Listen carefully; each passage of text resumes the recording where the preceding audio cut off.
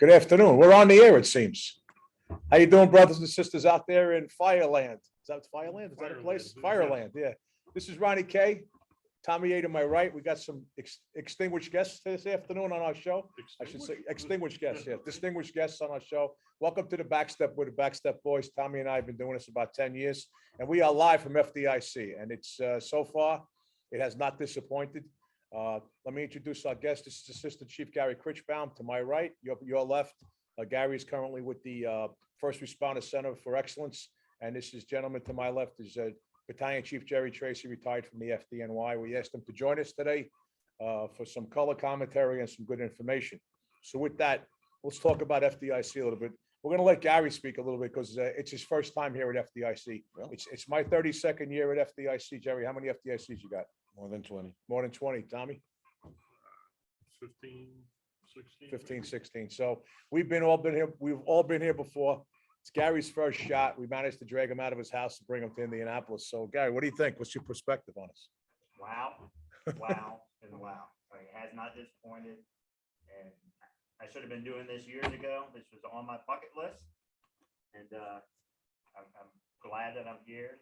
Thanks for showing me around and showing me the ropes. And so what you told me it would be. So what, frankly, what's the, not the highlight, but what's the underlying wow factor here for you? It's the energy. The energy. The So energy. Everybody here is really pumped to be here. And you can just tell they want to take it all in and take something back. Yeah. We talk about that a lot. You know, for many years when I was younger coming here, when it actually wasn't here, when I started going, it was in Cincinnati. We called FDIC. Did you go to Cincinnati? You were No. after Cincinnati. Yeah, FDIC stood for 5 days in Cincinnati back then. But it was in Cincinnati. But the older guys would tell us, you come here to get your battery charged. That's why you come to FDIC. You come every year, get your batteries recharged, get new information, meet a lot of people, go back and try to make a difference. So thank goodness that energy nearly never left. You know, the conference just seems to get a little bit more energetic every year, and there's a little bit more. Some years there was more electricity than others. Even back in August, because we skipped 2020. So when we came back in August last summer, 2021, there seemed to be more electric because everybody was so excited to be back. Because listen, this is our annual family reunion. You know, we see people here at FDIC that we don't get to see all year round. You know, sometimes we're fortunate where we get to bump into people somewhere at a conference or something, or if you're speaking somewhere. But this is kind of our annual reunion. You know, for 1 week, it's the center of the universe for the firefighters in this country. So, but I'm glad to hear that you picked up that energy. Yeah. If you can't leave here pumped up about the fire service, you don't belong with the fire service. Yeah, we heard some good keynote speeches today. Oh, man. The lineup this morning was unbelievable, right? Outstanding. The captain from New York, what's his name? I forget his name. I apologize. Oh, Captain. Doug Mitchell. Doug Mitchell, yeah, he delivered a great keynote and a great lead-in for keynote. And then there was an EMS chief talked about, and I thought he really did well integrating EMS, making it fire service friendly, so to speak. I thought he had a little bit of a pitch there. And then, of course, our buddy Frank Viscuso came and had everybody step up and lead. It's a plug for your book, Frank. You know I love you, right? But Frank just really, I think he was the cleanup hitter, and he did a great job. Yeah, did a great job talking about leadership and things like that. I was pleasantly surprised to hear the EMS chief talking about Bruno. Yeah. And the crossover there, I never would have.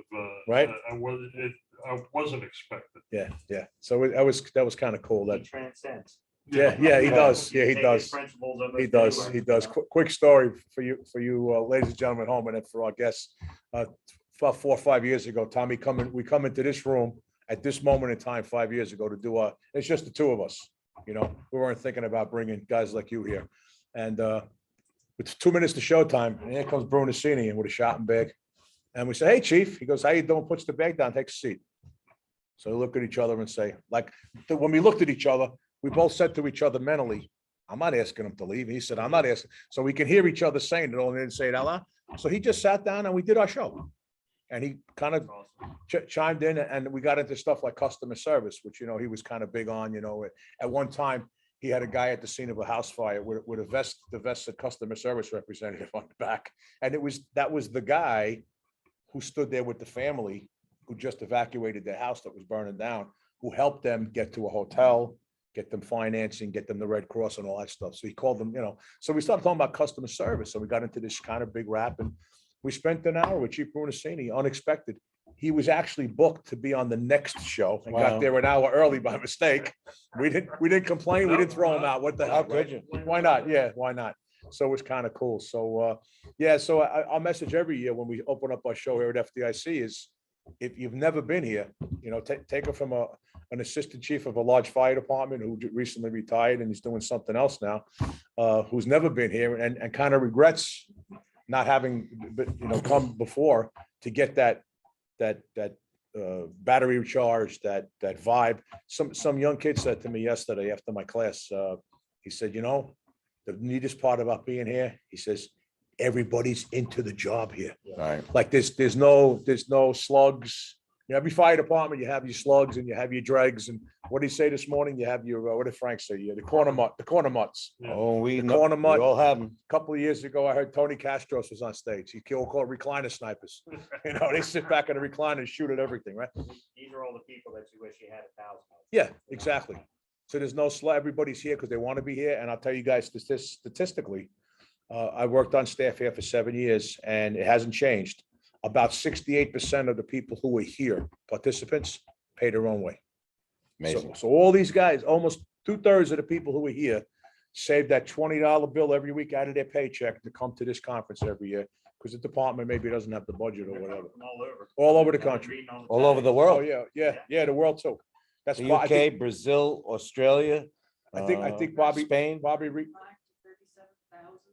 yeah, 37,000. That's our producer in the booth who chimed in there, just so you know, if you heard that voice from behind the She's scenes. a sweetheart too, by Yes. the way. Doing a great job for us as normal. But Bobby renamed it FDIC. It was never called International, and he changed it a couple of years ago because we started getting the international community here. So now it's FDIC International. Jerry, you're a longtime fire guy. I won't tell people how long, but your perspective on FDIC as well. Well, I was exposed to FDIC by Andy Fredericks telling me about it. He was making training films for engine company operations, Penwell Fire Engineering, things like that. I was his captain. He was a firefighter. He was my mentor. And I wanted to see what this was all about. And, I may be coming here more than 20 years, but each time I come, it's like the first time. Yeah, And all of these things that you say, about energize, going back and recharging your batteries. For me, it's been more than that, for the fact that every year I come, this is really the truth. And I would have to say, God puts people in my path, but they're here. They're coming to FDIC. I meet people, I hear philosophies, I hear concepts, I learn things. And that's why I'm here. And it's broadening me. I may be retired from the fire service, but I'm still connected with the fire service because I'm still interested. I still kibitz with the FDNY Training Academy, things like that. Of course, there's the book, and we don't even have to plug the book, but it keeps me engaged. right. But you have to, get out. New York City was a bubble at one time to say, oh, we're the biggest, largest, greatest fire department on the planet. Well, you know what? We make mistakes like everybody else, and we share our mistakes. And other people share their mistakes. NIOSH bulletins and other after action reports. You have to learn these things. But to come here and really hear someone speak from their heart as to what they're doing in their department, and then sharing it as well, this is the place. Yeah. FDIC. I picked up something you said, Jerry, and I don't know if you guys heard it or they heard it, but to give you an idea of the humbleness of the crowd here, a guy like Jerry Tracy, been there, done that, been around the block, at every t-shirt and every size and every color. But he said Andy Fredericks was one of his firefighters. He was Andy's captain, but he said Andy was his mentor. That's right. And that's the humbleness of the caliber of the people that are here. Whether it's Chief Tracy or some of the other New York City chiefs that are here, or Chicago or Boston, everybody's approachable, everybody's humble. And I told the new people in my class, I always say, who's here for the first time? All the hands go up. I said, the most important thing you can do on your first FDIC is go up to that guy or gal who you read every month in the magazine, or who like you catch a video or something and say, boy, would I love to meet Jerry Tracy, or I'd love to talk to Rick Lasky for 5 minutes, or I'd love to talk to John Sokol. Congratulations, John, on your Lifetime Achievement Award, by the way. And by the way, Chief Tracy is also a recipient of the Lifetime Achievement Award. So congratulations to you again. But I tell them, everybody's approachable. I said to them yesterday, Chief Sokol is going to get the thing tomorrow, the award. 10 minutes after that, you can walk up to him in the hallway and say, Chief, can I ask you a question? He'll give you 10 minutes. I said, no, nobody, and I've seen that for 32 years. You know, God bless Ray Downey. May he rest in peace. A guy like Ray Downey, he was our rescue chief in the city. He was bigger than life, started the USAW program, the whole bit. And you'd see him talking to the chief from the city of Los Angeles in that fire engineering booth for a half hour. You walk by, they're talking. So there's Downey with the chief from LA. And you walk by 2 hours later, and there's Downey with a 21-year-old volunteer fireman from the middle of Arkansas, giving that kid the same half hour he gave to that chief in Los Angeles. That was the humbleness of the whole thing. And that, Ray would pass on, stay humble, stay teachable. Yes, truth. He was my boss. Yep. You know, you spoke about the keynote speakers today, and they were all outstanding. I had the privilege of sitting next to Paul Combs in the audience. And I just shared this to say, you know, the messages from the three individuals, even yesterday, Dan Shaw. You hear today in the news and in the news book, pronouns. You know, you don't have to refer to me. Well, in the message, you hear them, the message them. And you also hear out in social media, and they say, it's about them. You beat your chest and I'm a aggressive fighter because it's about them. Well, them. But if it wasn't for me changing my attitude and my disciplines so that we could serve them. So it is pronouns, but you have to put it in perspective. Yeah. And to say Brunacini, you know, when I first met him, and here I'm coming from New York City, and I'm hearing this gentleman say customer service, and I'm thinking, you're insulting me. You know, when I raised my hand and took that oath, that meant that I was going to be, you know, a servant to those people. You don't have to tell me I'm a cut, but it took me years, and I revere the man, I respect the man, and he was brilliant. And he used that terminology for a reason, because everyone that comes into the fire service, at least paid departments anyway, we come from all walks of life. And if they don't understand why they're there, that's why he did it. Yeah. He was so brilliant. My favorite Bruno story had to do with him telling the story about a visiting chief coming in. And he picked the guy up at the airport. They were on their way back. And it started to rain, which apparently is a very huge event in Phoenix. But they spotted an engine company that pulled up to a bus stop. There was a woman there with her groceries. Wow. They loaded her in the engine, got her out of the rain, and drove her to go home. And the visiting chief was a little shocked by that. He says, "You're going to put her on that fire engine?" And Bruno told them, "Why not? She owns it." Hey, I've done it on the Grand Central Parkway. Yeah. Perspective. Yeah. Grand Central Parkway, right outside of LaGuardia. A woman with a baby has a car accident. Put her in the car, you Yeah, take get her her off the somewhere. highway. Exactly. Got to get her off the highway. She's got a baby. Yeah, yeah. It's just things we got to So I think that's the track, right? That's the track. So yeah, good, some perspective on FDIC and, you know, new guy, medium guy, you know, old guy, whatever. But Gary works for the First Responder Center for Excellence. It's an offshoot and a subsidiary of the National Fallen Firefighters Foundation, which the three of us are intimately involved with, as most of you guys know by now that watch the show from time to time or listen to it. Tom is our operations chief during the Memorial Weekend at Emmitsburg. I'm the incident commander, Gary's the deputy incident commander, and we run the weekend for Ron Sonicky. We're Ron Sonicky's minions. You know, we're Ronnie's minions. I like them. And we run the weekend for them. But talk about the FRCE, Gary, what they're offering, who they are, what you guys are doing, and give the folks a little perspective. Sure. So thanks. First of all, I gotta say, I'm truly blessed to have this job. What a great opportunity. I retired 2020. I retired from Prince George's County, Maryland, after 26 years there. And, now I get to work with top researchers, top leaders, and just some awesome contractors and vendors of trying to make the health and wellness of the fire service better. Because we can and need to do better. So the FRCE created in 2016, as you said, by the board of directors from the foundation, to focus on mainly 5 areas. So we focus on cancer, we focus on cardiac, promoting annual physicals, health and wellness include fitness and nutrition, as well as behavioral health. So those are our main subject areas. And again, we work with the top researchers from UL, from Illinois, from Miami University is doing a big cancer study.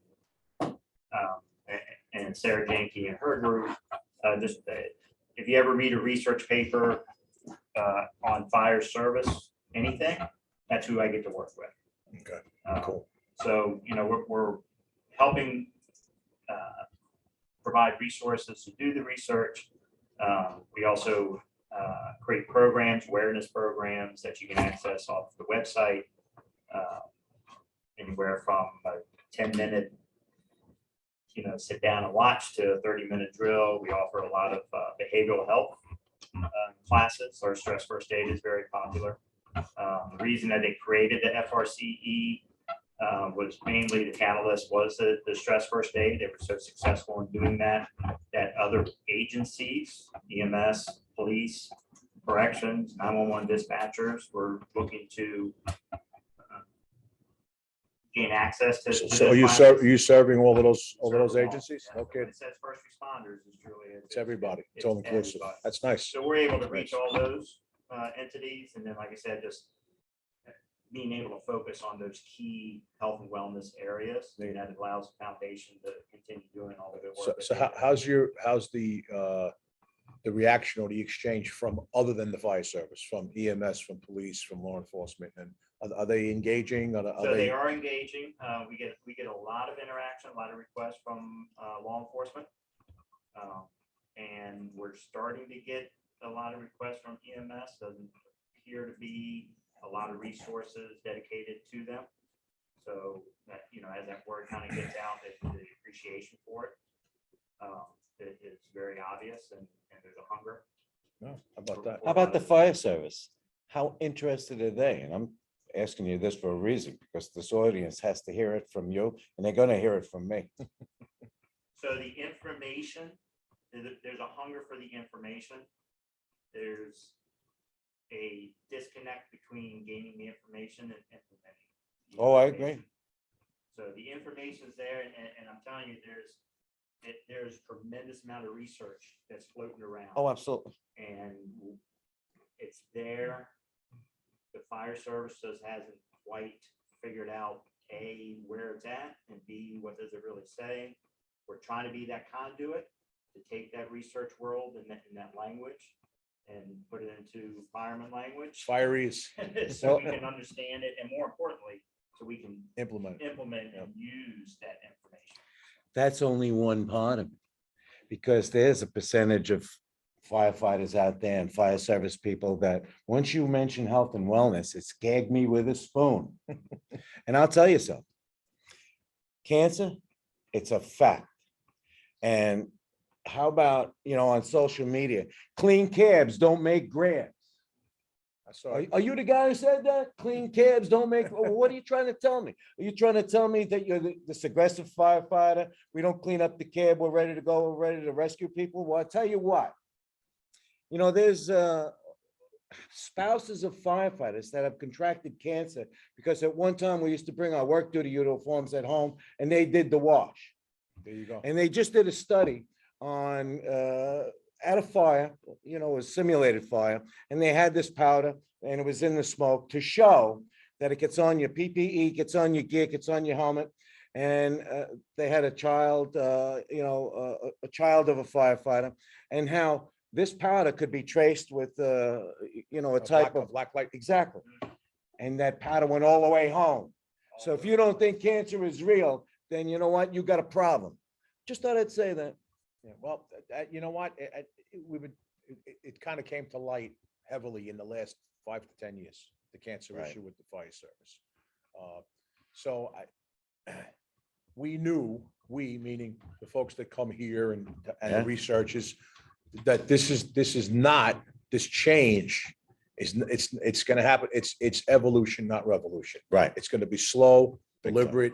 And there were departments, a smattering of fire departments around the United States that are deconning at the scene after a Yes, sir. structure fire. Wash your gear down in the street, just get the most, 80% of the crap off of it. Wash your neck, get your glands, go back to the firehouse, volunteer career or otherwise, doesn't matter. Go Right. back after the job, take a shower before you go home.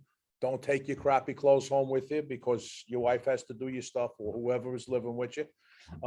So those habits and the reason why the naysayers, Yeah. like, the cabs don't make grabs and whatever it is because number one, they haven't been affected by it. Right. They haven't been affected by it. And it's just this long-term understanding of how we're going to turn it around. I tell the young people today coming into fire service, you're coming in at the best time in the history. In the 280 years we've been doing this, you're coming in the best time. The gear is top shelf. It's light to wear. We care about safety. We care about cancer. We care, and having these discussions here at FDIC, with some of the talking heads like Lasky and Goldfeder and everything. And Billy Goldfeder is a big safety guy, health and safety guy. He just got over prostate cancer surgery himself, like I did a few years ago. And we feel like it's almost our duty to get that next generation in the mood to be safer, cleaner, and run a better fire service and not get sick at the end. The Right. whole idea, even if you're a volunteer, eventually you're going to retire. Okay, you're a volunteer, but you're going to retire from the volunteer fire service or a career guy. So you can have somewhat of a long retirement and enjoy your life and your grandkids and all that other stuff. So we look upon ourselves now as our generation because we didn't know any better. That the bottom line is we didn't know any better. I can remember back to, bunker pants, we referred to as the night hitch. Because you took it and you put it next to your bed. Of course. And, so you can jump in it at night. Right. The first time somebody talked about wash and turnout gear, I was like, you can wash turnout gear? Right.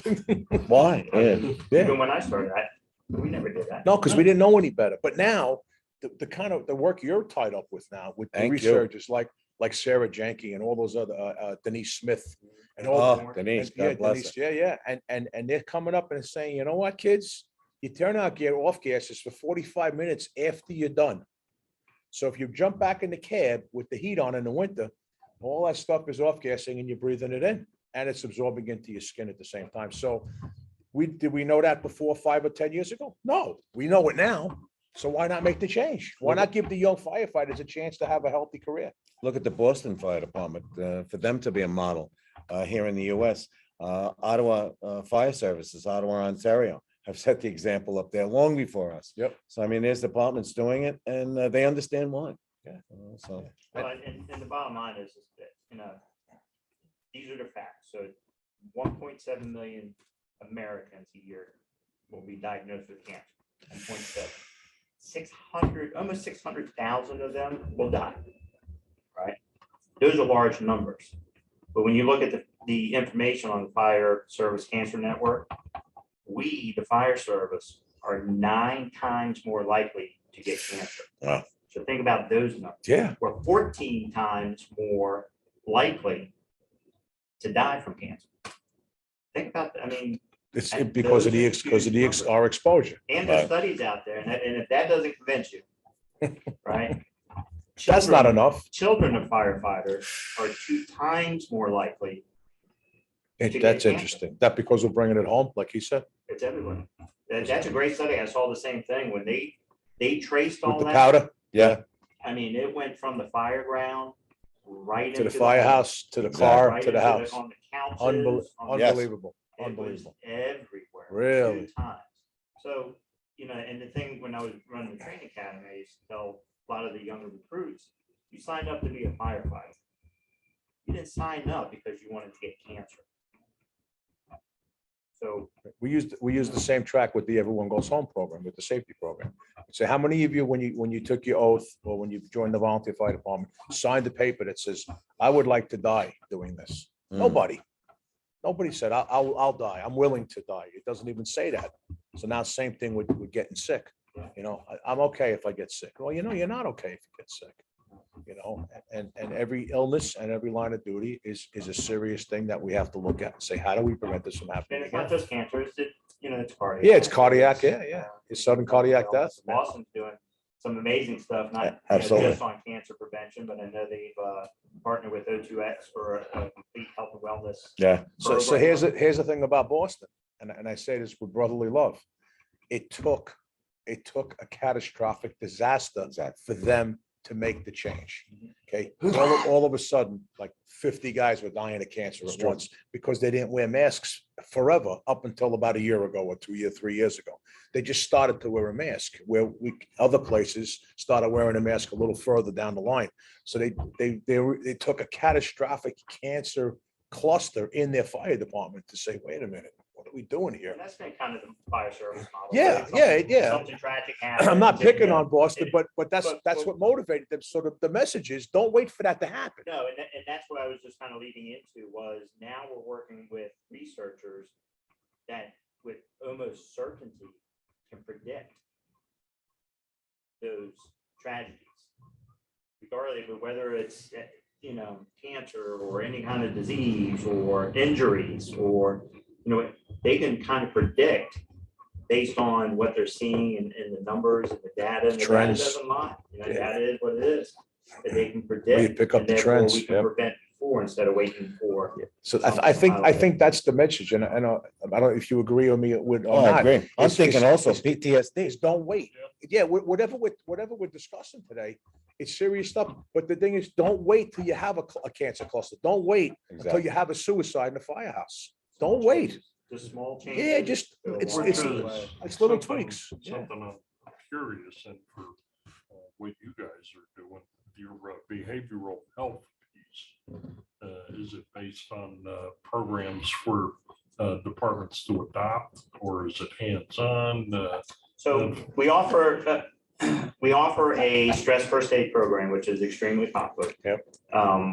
And within that program, it teaches you not to kind of diagnose or be a clinician, but more so how to just recognize small differences and how to and when to start offering and getting help for people. So, you know, little changes that I notice in you, if it's something that I can't handle, we provide knowledge of resources and steps that you can go through.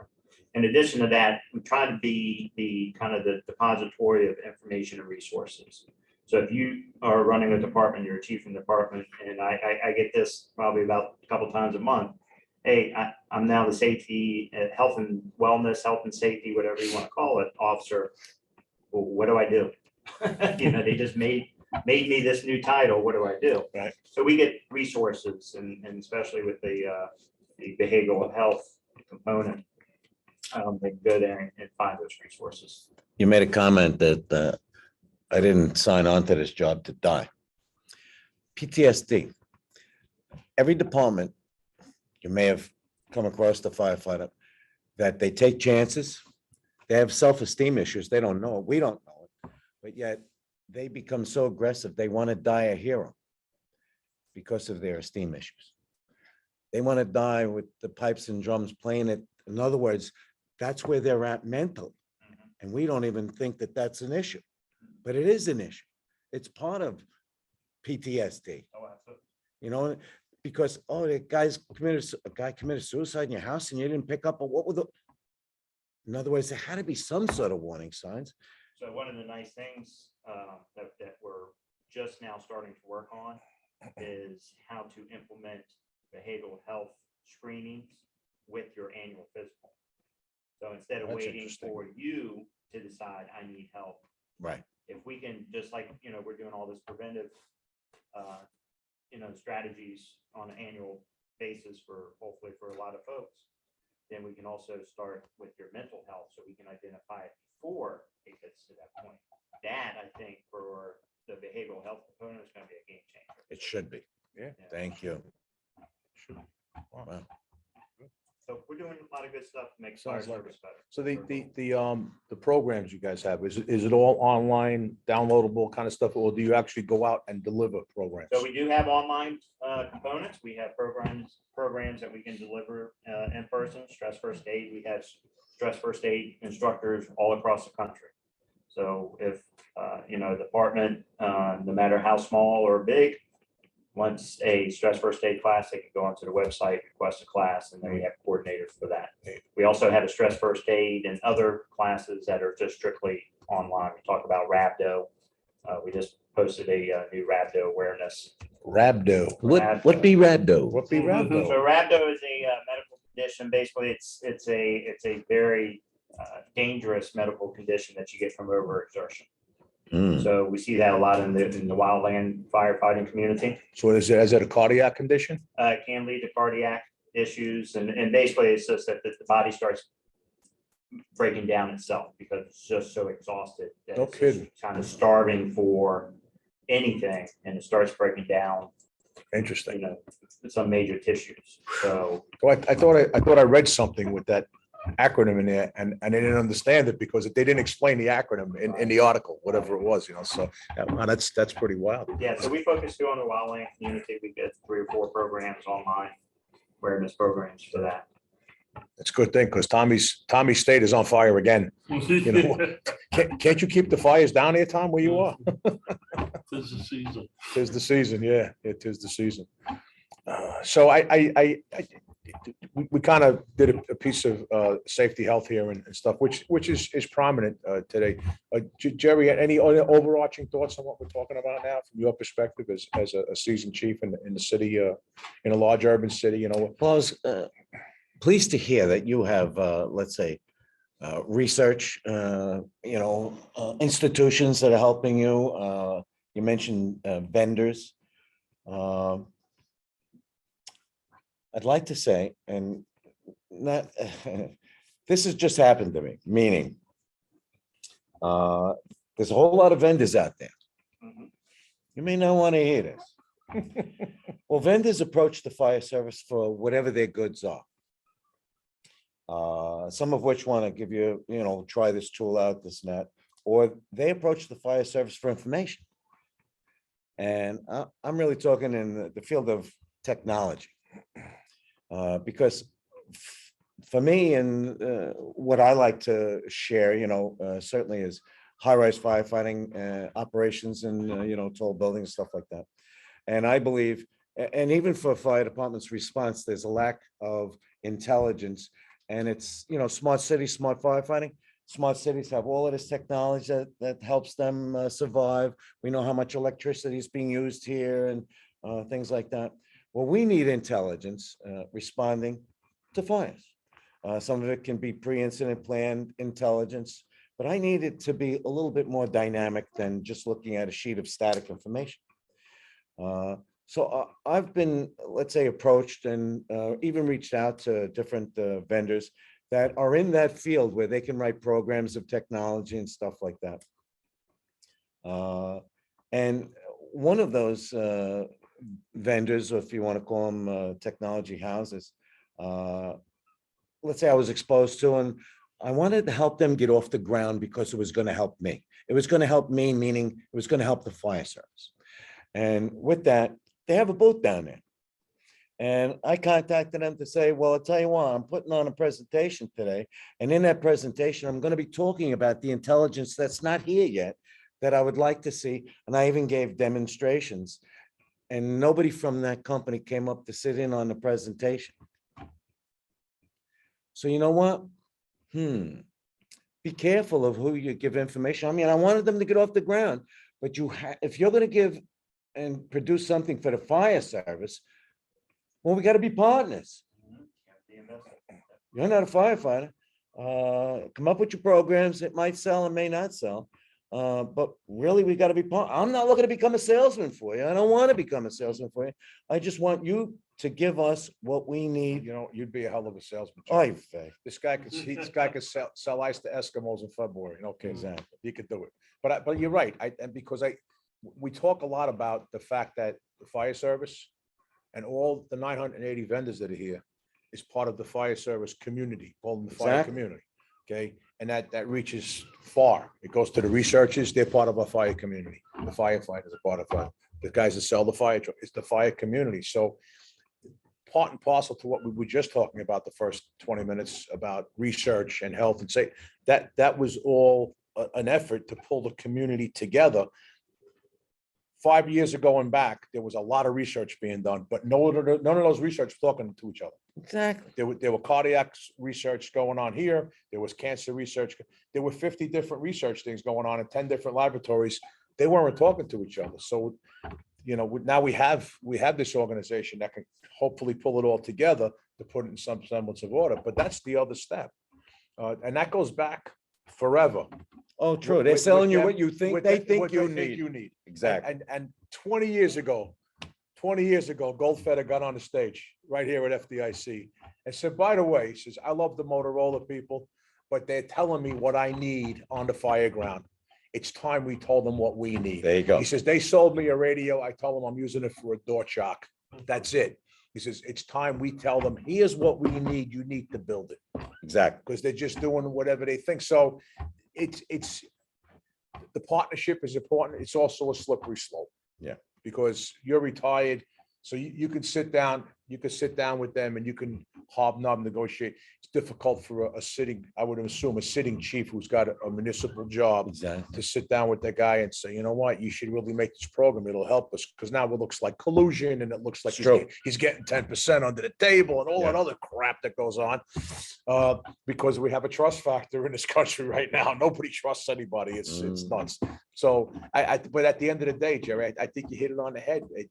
We have to make it clear to those who service the service to give us what we need. And it's like I said, it's a little bit of a slippery slope, but you're right. I think. So let's talk a little bit more about technology. So just for the masses, Well, Chief just finished writing, which I believe, and I'm not saying that because we're friends, but it's going to be the next quintessential book on high-rise firefighting.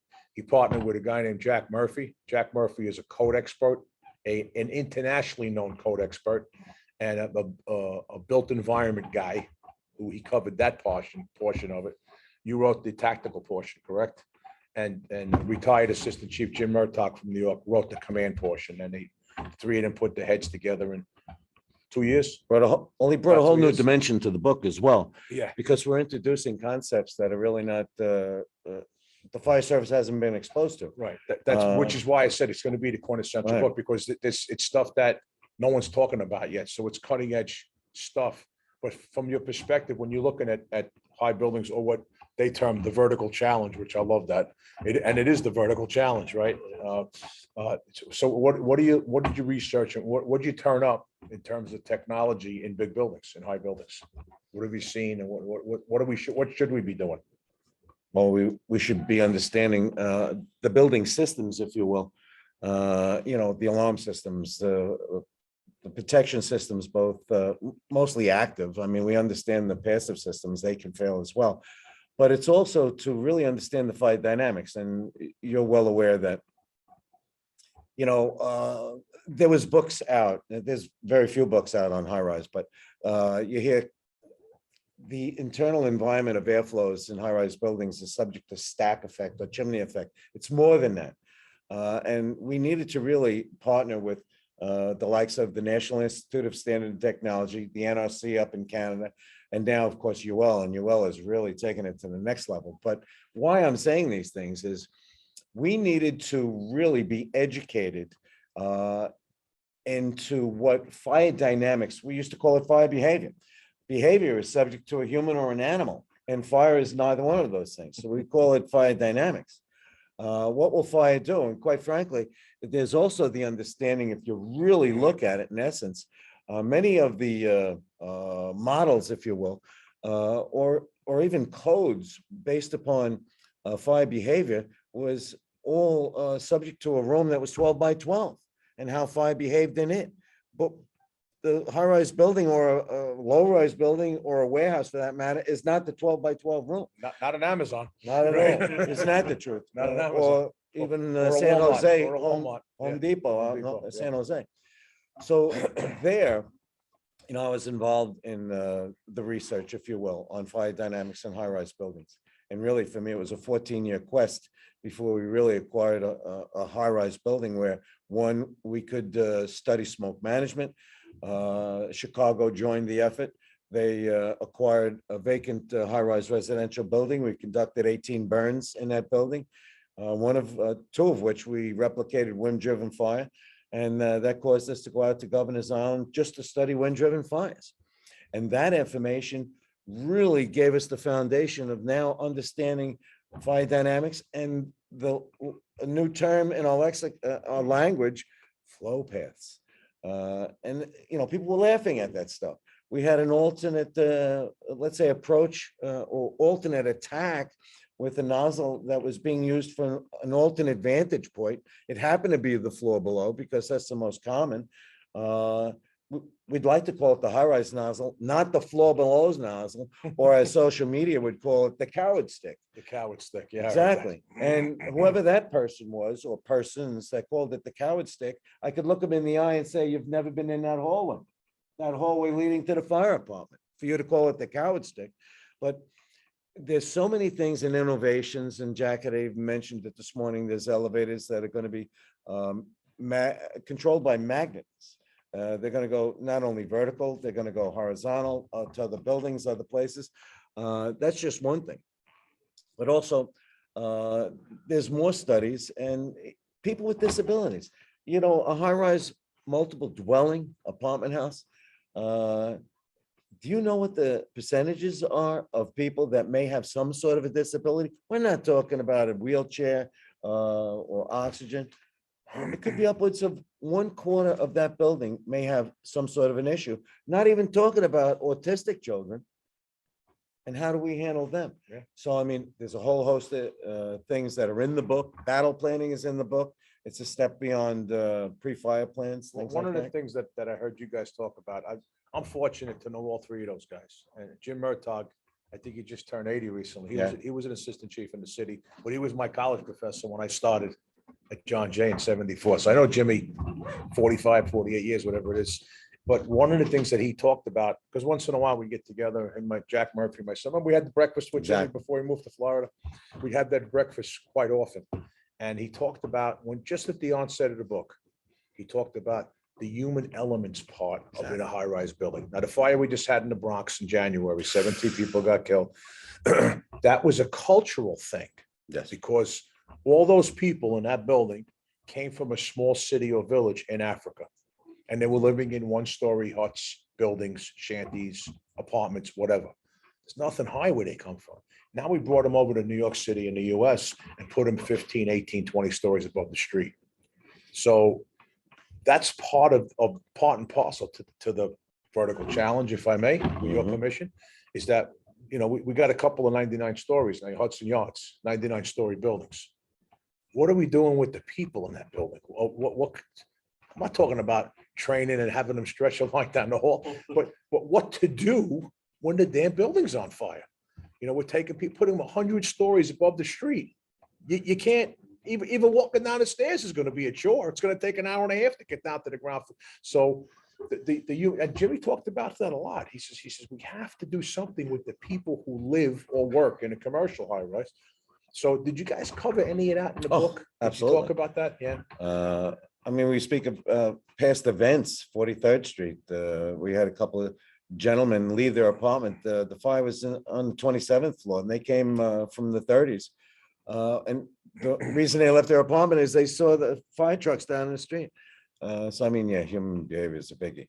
And you have people like Jake Pauls, Guyleen Pro, and I'm mispronouncing her name. She's from Canada, the NRC, the studies that they've done, because she did a study on human behavior from the 93 bombing in the World Trade Center. So all of these things are important tactically, and we talk about all the different types of occupancies, whether it be commercial high-rise, residential high-rise, healthcare facilities, hospitals, and mixed-use occupancies. Look at the Time Warner Center at the 59th Street, 59th Street Circle. That's 6 floors of commercial, but yet that's 30-foot ceilings. You may as well be calling it, 12 floors. Right. But there's a theater in there, there's restaurants, Yeah. public assembly, and retail. And to say, do you think all the goods for those retail stores, they come in the front door and in the mall and, no, they deliver it via the back house. Just like hotels have the back house. Back of the house, right? This convention center has a back house to all of those. And why shouldn't we be approaching our fires from the back house? Because maybe the fire's in the storage room. So, I mean, we'll give you all that information and educate you. So I we've gone thought far. the human behavior part was the most interesting to me. I'm Tommy. looking forward to seeing this, and I'm thinking of the progression of, when I started out, I had O'Hagan's book on high rise. I got it. I Yeah, had me a book. too. And then Dave McGrail's stuff on high rise out of Denver, Right. and there's really been nothing That's- else that's in a it. couple years. It was O'Hagan and McGrail. So this is the next thing coming. So I got a cue from the booth. Uh-oh. Our chief engineer up in the booth gave us the high sign. So it's, yeah, they take out the hook. We get the hook and they yank us off. Been there, So, done that. yeah, I'm sure. Can't thank you guys enough. Gary Krichbaum from the FRC, Jerry Tracy for retired from New York. Guys, thanks for Nice being meeting here.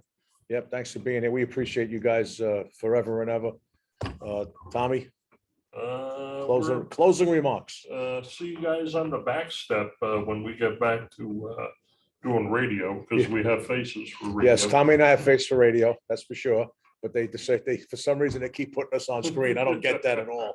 I don't get that at all. But in the meantime, take care of yourselves, wear your mask, wear your hood, slow down, drive right, eat right, get some rest, get some exercise, get your blood checked. Every year, take a blood test, whether they're paying for it or not. Go and get your blood checked. The blood tells all. Buckle your seatbelt, slow down, eat right, eat light, take care of yourselves till we're up on a backstep again. Be safe. We'll see you. Gentlemen, thank you very much. Thank you. Thank Thanks, you. guys. Thank you, brother. Wait for the